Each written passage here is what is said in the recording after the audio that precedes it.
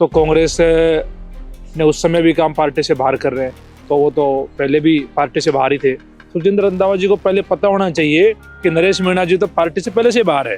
वो कौन सा बाहर कर रहे हैं नरेश भाई को, तभी बाहर कर दिया था पार्टी से। तो उसके बाद देवली लड़ ली, उसके बाद अंत हो गया। मेरे को लग रहा है कि रंधावा जी किसी ने बताया नहीं और निर्दलीय चुनाव लड़ेंगे और पूरी ताकत के साथ इस बार अंता विधानसभा पहुंचेंगे और जीत के आएंगे। कोई त्रिकोणीय नहीं है, सीधा सट चुनाव है। बीजेपी को वहां कोई पूछ नहीं रहा है। नरेश भाई आसानी से चुनाव निकालेंगे। हाँ, ये जरूर है कि चुनाव में बड़े बड़े लोग बीजेपी कांग्रेस का प्रचार करेंगे। सीधा सट है कि नरेश भाई अंतर चुनाव जीतेंगे। और राहुल गांधी को नहीं मानते वो लोग, वो तो कह रहे हम ही राहुल गांधी है और हम ही तय कर लेंगे किसको टिकट देना है, किसको नहीं टिकट देना। नमस्कार, मैं राकेश लवानिया, आप देख रहे हैं भारत रफ्तार न्यूज। अभी बड़ी खबर यह है कि नरेश मीणा को परमानेंटली कांग्रेस पार्टी ने निष्कासित कर दिया है। अंततः विधानसभा का उपचुनाव होना है और उपचुनाव से पहले नरेश मीणा का कांग्रेस पार्टी से निष्कासित होना कितना बड़ा ये झटका होगा नरेश जी के लिए भी, क्योंकि ये मुकाबला त्रिकोणीय है।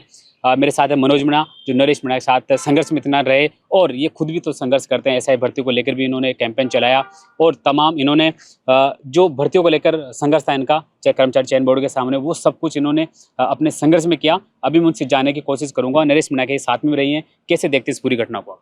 देखो, ऐसा है कि अभी जो आप कह रहे हो कि कांग्रेस ने 6 साल के लिए नरेश भाई को निष्कासित कर दिया है, मैं तो ये कहना चाह रहा हूँ भाई, मैं तो कांग्रेस में हूँ नहीं।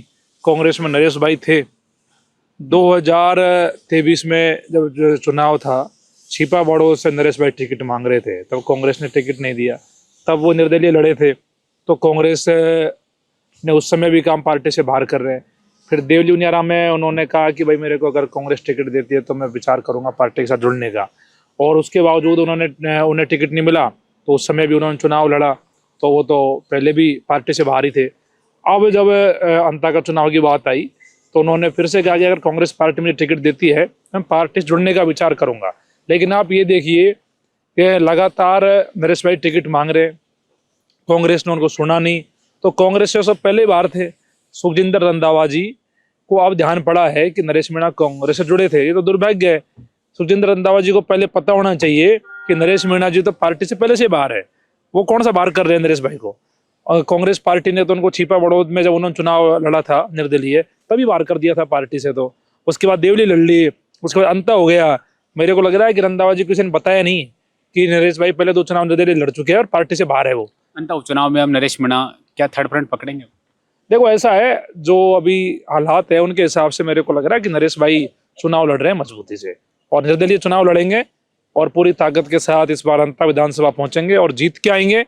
जो हालात है वहाँ, जो लोग परेशान है वहाँ पे, तो उस हिसाब से मेरे को लग रहा है जनता का मन है और नरेश भाई के पास जनता का टिकट है। और जनता का टिकट लोकतंत्र में सबसे बड़ा टिकट होता है। बाकी टिकट मिले कि नहीं मिले, लेकिन जनता का टिकट उनके साथ है और 100% इस बार वो बाई इलेक्शन में विधानसभा पहुंचेंगे। अंततः का चुनाव त्रिकोणीय हो गया है, क्या देखते हैं? क्या कोई त्रिकोणीय नहीं है। किसने कह दिया त्रिकोणीय हो गया? आपसे कोई त्रिकोणीय नहीं है, सीधा सट चुनाव है कि नरेश भाई चुनाव आराम से निकाल रहे हैं। कांग्रेस के प्रमोद जन भाई को 20,000 वोट नहीं आ रही, कहाँ से हो गया त्रिकोणीय? बीजेपी को वहां कोई पूछ नहीं रहा है। नरेश भाई आसानी से चुनाव निकालेंगे। हाँ, ये जरूर है कि चुनाव में बड़े बड़े लोग बीजेपी कांग्रेस का प्रचार करेंगे, लेकिन उससे कोई फर्क नहीं पड़ता। जनता नरेश भाई के साथ में है और चुनाव एक तरफा है और नरेश भाई बड़े वोटों से चुनाव जीतेंगे, इसमें कोई दो राय नहीं है। तो कहीं ना कहीं भी ऐसा नहीं है कोई त्रिकोणीय है, 2 कोणीय है, 1 कोणीय है। सीधा सट है कि नरेश भाई अंतर चुनाव जीतेंगे। नरेश मीणा जब अस्पताल में थे, कांग्रेस के मंत्री मिल रहे थे, ऐसा लग रहा था कि कांग्रेस के नेता इनको सपोर्ट करेंगे, चुनाव जिताएंगे, लेकिन अब क्या हुआ कि अचानक से ऐसे बाहर? देखो, ऐसा है, कहीं ना कहीं मेरे को लगता है कि कांग्रेस में भी अंदर खाने बड़ी खले है और जिस प्रकार से नरेश भाई को उन्होंने दरकिनार किया है, तो ये दिखाता है कि कांग्रेस में जो राजस्थान की लीडरशिप है, कहीं ना कहीं उनमें फूट पड़ी हुई है।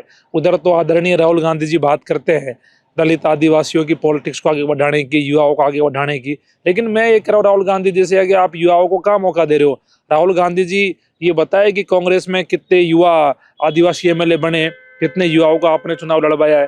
तो मेरे को लगता है कि कहीं ना कहीं राहुल गांधी जी को भी जो वो कह रहे हैं उन बातों पे अमल करना चाहिए। और या फिर कहीं ना कहीं मुझे लगता है कि राजस्थान की जो कांग्रेस यहाँ पे है, जो लीडरशिप, वो कहीं ना कहीं राहुल गांधी से बड़ी है और राहुल गांधी को नहीं मानते वो लोग। वो तो कह रहे हम ही राहुल गांधी है और हम ही तय कर लेंगे किसको टिकट देना है, किसको नहीं टिकट देना। तो कहीं ना कहीं मेरे को लगता है कि राजस्थान की कांग्रेस में फूट है और राजस्थान की कांग्रेस नहीं चाहती कि नरेश भाई को टिकट मिले वो नहीं चाहते कि नरेश भाई बड़ा नेता बने, वो नहीं चाहते कि एक आदिवासी समाज से आके एक युवा हमारे बीच में बैठे। तो कहीं ना कहीं उनको राजनीतिक रूप से डर है और इसी के चलते उन्होंने उसका टिकट भी काटा है।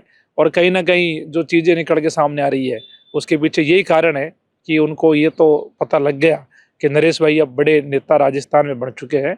और देवली भी चुनाव लड़ा, छिपा बड़ौद लड़ा, वहाँ उनके खूब वोट आए और अब अंत में तो इस बार विधानसभा पहुंच ही जाएंगे। तो मेरे को लगता है कि इस बार विधानसभा नरेश भाई पहुंच जाएंगे।